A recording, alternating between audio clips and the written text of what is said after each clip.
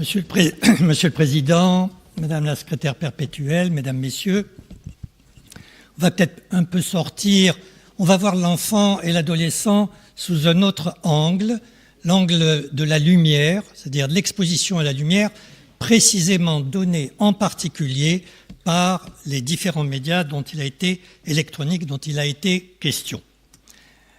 Nous avons un système circadien, c'est-à-dire que nous avons une horloge qui comprend environ 20 000 neurones.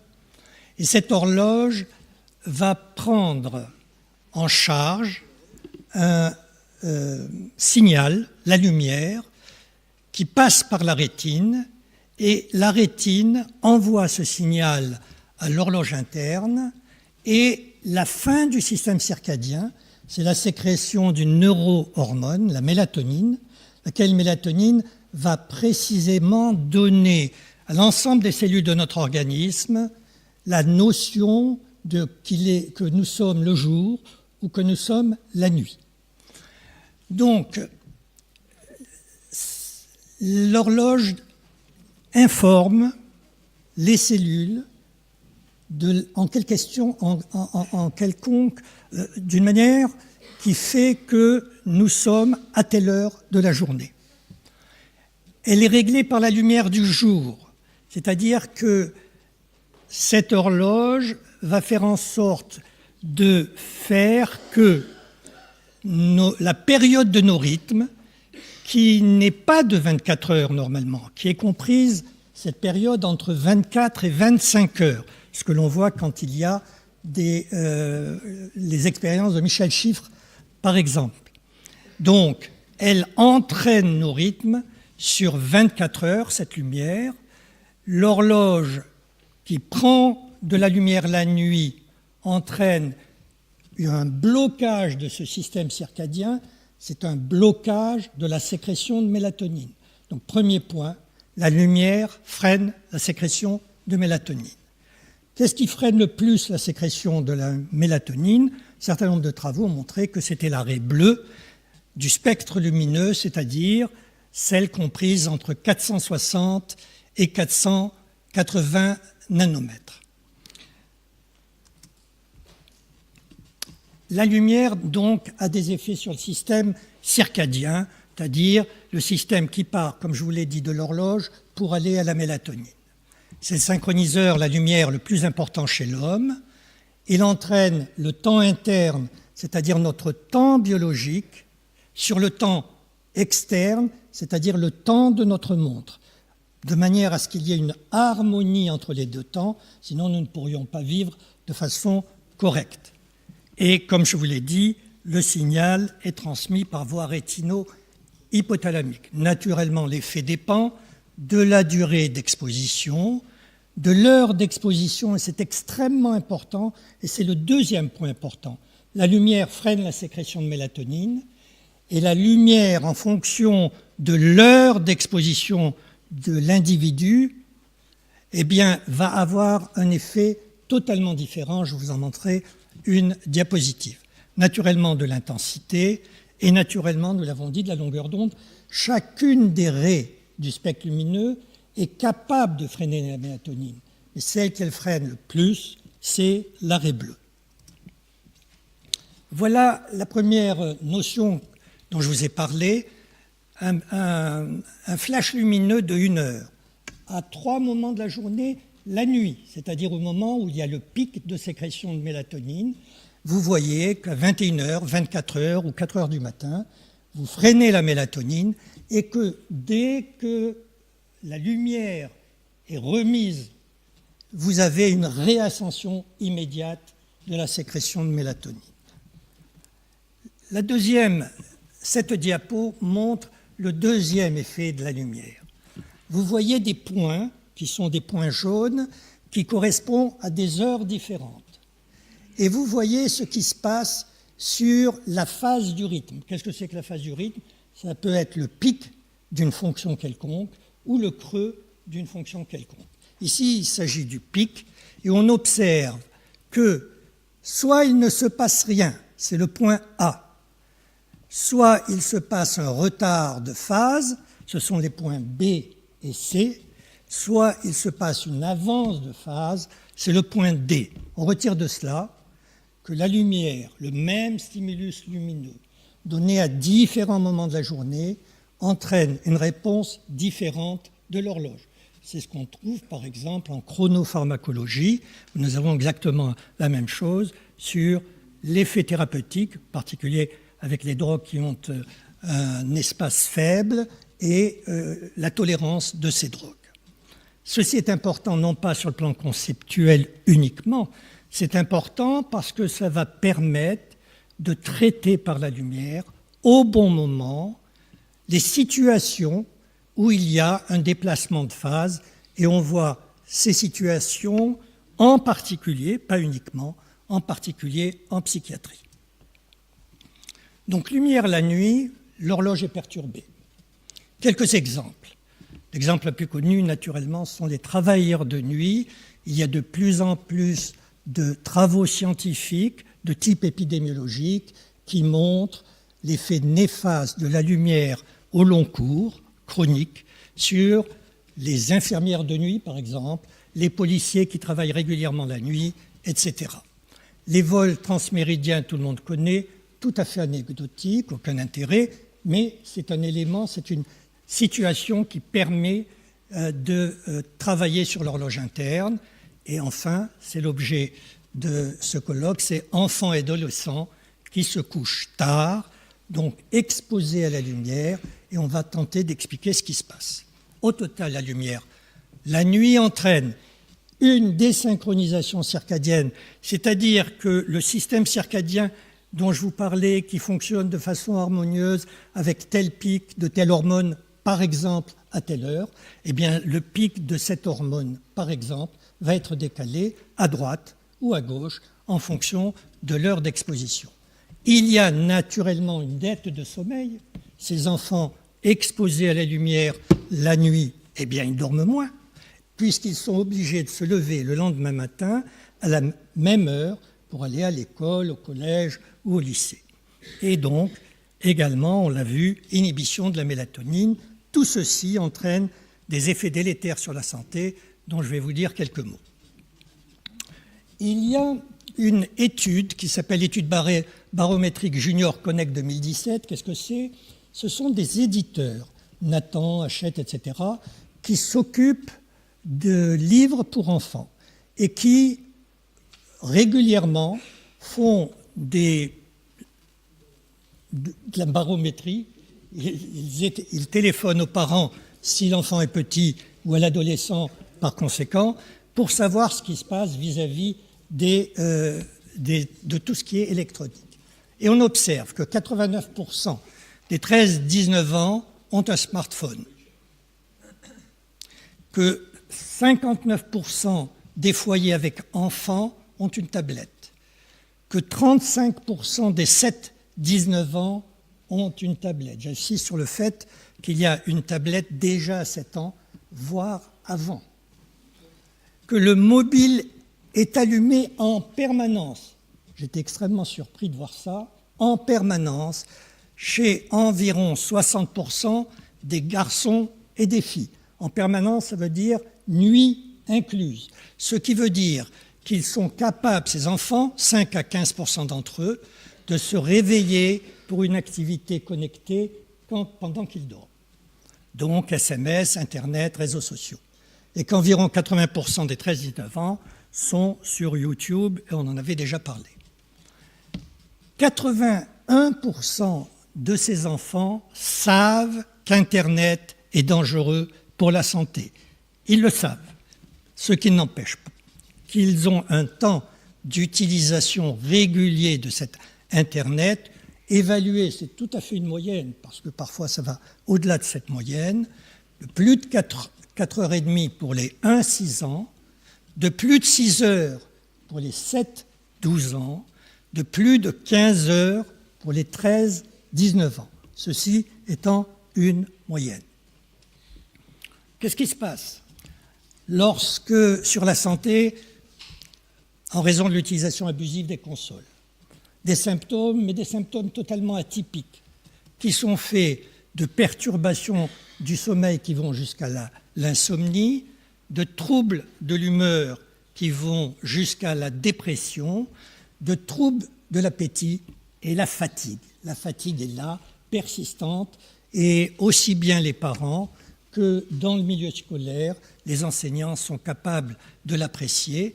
Baisse par conséquent, à cause de tout cela, des performances physiques et mentales avec troubles scolaires, et ceci entraîne également des conflits familiaux fréquents, auxquels s'ajoutent en cas d'addiction au jeu, il en a été question tout à l'heure, des troubles du déficit de l'attention avec hyperactivité, un isolement, et ça va jusqu'à la consommation de substances diverses, en particulier d'alcool et de cannabis.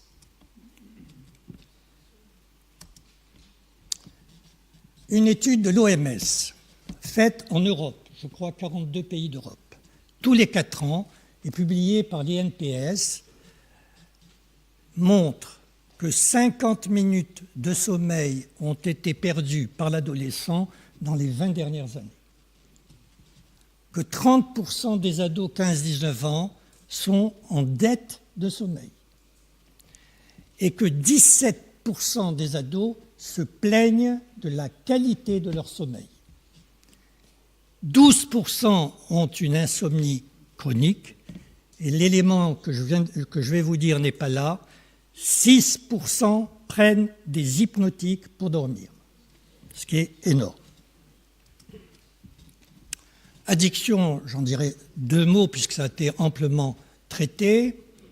Alors, selon les pays, pourcentage faible ou pourcentage élevé, mais précisément parce que on ne sait pas très bien ce qu'est cette addiction ou ce que serait l'addiction à l'Internet, dans la mesure où même la définition est différente d'un pays à un autre. Jeux vidéo, en revanche, 46% des ados jouent plus de 3 heures par semaine, 1 à 5% sont dépendants à ces jeux, 12% ont un usage problématique, gaming disorder, dont il a été question, et il en a été dit également qu'en juin 2018, l'OMS a reconnu le jeu vidéo comme une maladie.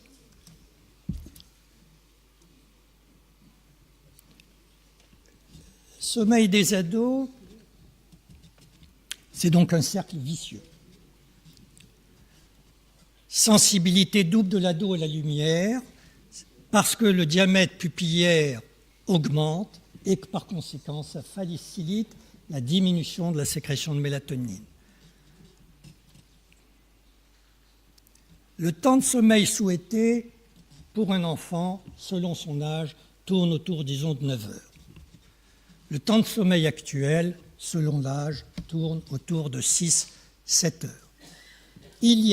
Parce qu'il y a eu la lumière la nuit et la lumière des consoles la nuit, ce que l'on appelle un retard de phase. Vous vous souvenez de cette courbe de réponse de phase en fonction de l'heure d'exposition à la lumière. Il y a soit une avance, soit un retard. La lumière, la nuit, entraîne un retard de phase et favorise la dette de sommeil progressive. La récupération le week-end dont parlent les parents, c'est une très mauvaise idée parce que c'est une fausse bonne idée. En réalité, si l'enfant se réveille plus tard le dimanche, il dort donc plus tard, il dort donc sur une durée plus longue, mais le dimanche se levant plus tard, il est dans une situation où il se lève à une heure différente de l'heure habituelle de la semaine où il va à l'école, et c'est comme ça qu'on crée une désynchronisation. Donc, on renforce la désynchronisation apportée par la lumière et la dette de sommeil par ce week-end où on dort plus tard. Baisse de la vigilance et des performances, et naturellement, risque augmenté des accidents. J'attire l'attention sur les trottinettes qui sont électriques, qui sont très à la mode et qui posent problème. Alcool, addiction aux jeux vidéo, retard scolaire. Voilà le cercle vicieux. On va du coucher tardif, on fait une dette de sommeil, on a une somnolence diurne, on consomme diverses choses caféinées, tabac, etc. On a une insomnie, on récupère, croit-on, le week-end, mais on a un lever très tardif qui désynchronise et on renforce le retard de phase. Le retard de phase dans l'adolescence peut entraîner une modification du chronotype de la personne, puisqu'il y a des couchers de plus en plus tardifs et s'installe un chronotype du soir. La question est de savoir, ce chronotype du soir, si les enfants continuent, si l'adolescent continue, si le jeune adulte continue, va se pérenniser et donc on va rentrer dans une maladie du sommeil qui est la maladie du sommeil avec retard de phase. Corrélation, on l'a dit, avec les mauvaises performances scolaires, conflit avec les parents et agressivité. Phénomène naturellement très répandu dans le monde entier, c'est-à-dire dans tous les pays où il y a des consoles et des médias électroniques. LED, un mot sur les LED. Je regrette de ne pas intéresser certaines personnes là. Un mot sur les LED. Sources lumineuses performantes, économiques et durables, d'où le fait qu'elles sont extrêmement utilisées. On les trouve partout. Ordinateurs, télévision, téléphone portable, tablettes. On les trouve dans les voitures, à l'intérieur et à l'extérieur des voitures, habitacles, phares, clignotants. L'éclairage urbain à l'extérieur est fait de LED. Cette LED contient l'arrêt bleu 460-480, ce qui veut dire qu'elle a un impact puissant sur l'horloge et donc elle va entraîner en lien avec l'exposition aux consoles, le retard de phase dont nous avons parlé, la diminution de sécrétion de mélatonine dont nous avons parlé, le raccourcissement du temps de sommeil dont nous avons parlé, l'augmentation de la vigilance la nuit, ce qui retarde l'endormissement, et la diminution de la somnolence la nuit. Le lendemain, c'est l'inverse. On est somnolent le lendemain matin. Y a-t-il des actions à faire? Très, très difficile. Rôle naturellement primordial de la famille. C'est à la maison qu'il y a toutes ces consoles. Heure du coucher et limite à ne pas dépasser dans le temps de sommeil. Tenter de fixer par discussion avec l'enfant une heure de déconnexion des consoles. Faire en sorte qu'il n'y ait absolument aucune console, télé, etc. dans la chambre, ce qui n'est pas le cas dans un certain nombre de familles. Limiter le temps des consoles à 2 heures par jour. Pourquoi 2 heures par jour? Parce que la Société américaine de pédiatrie a sorti ceci, 2 heures, sans donner aucune justification scientifique. Ça aurait pu être 1, ça aurait pu être 3. Ils ont dit 2 heures, alors on va prendre 2 heures, mais je tiens à vous préciser ce que je viens de vous dire. Pour les plus petits, planifier les émissions télé que les enfants veulent regarder, leur parler du harcèlement, de la cyber-intimidation, consultation, dans le cas extrême, d'un spécialiste du sommeil, et je répète, cette histoire de grasse matinée du dimanche ne restaure pas la dette de sommeil. L'homme est un animal diurne et il dort la nuit. Quand on fait l'inverse, il y a des problèmes que l'on a appelés même jet lag social, pour dire qu'il y avait disharmonie entre la vie intérieure, l'horloge, et la vie extérieure, la société. On ne connaît pas actuellement les valeurs d'exposition et la sensibilité des sujets à la lumière artificielle la nuit. Je termine. Les synchroniseurs de l'enfance, ce sont les rythmes de vie des parents et les contraintes institutionnelles. L'école, par exemple. La lumière et peut-être un nouveau risque lié à la civilisation moderne. Il y a une responsabilité majeure parentale sur le sommeil. Est-ce qu'il s'agit là d'un problème de santé publique? Est-ce que le problème de santé publique va venir dans 10, dans 15, dans 20 ans, de ces enfants accros aux médias électroniques qui continueraient de l'être dans leur vie adulte? La question reste entière. Perspective, informer les pouvoirs publics, ils le savent probablement, les adolescents, les parents. Les parents, je ne suis pas sûr qu'ils sachent toutes ces notions de lumière et de toxicité du système.